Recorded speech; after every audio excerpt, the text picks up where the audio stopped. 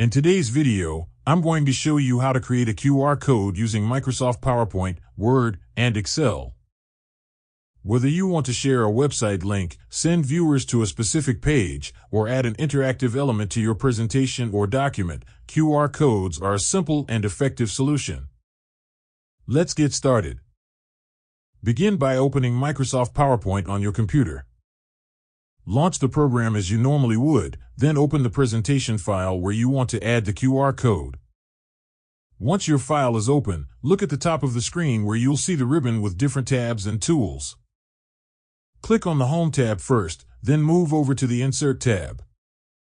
Inside the Insert tab, look for the option labeled Get Add-ins or Add-ins. Click this option to open the Microsoft Add-in Store.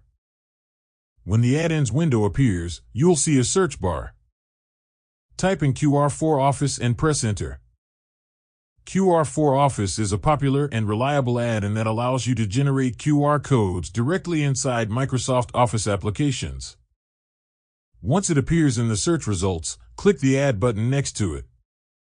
After the add-in is installed, QR for Office will become available inside PowerPoint.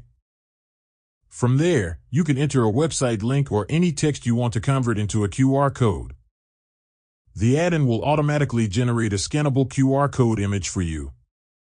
Once the QR code is created, you can resize it and move it anywhere on your slide to match your presentation layout and design.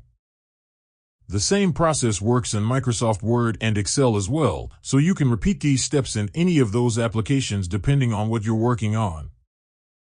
Using QR codes is a great way to modernize your documents and presentations while making it easier for your audience to access online content instantly. If you think this video is helpful, leave a comment, hit like, subscribe to our channel, and hit the notification bell.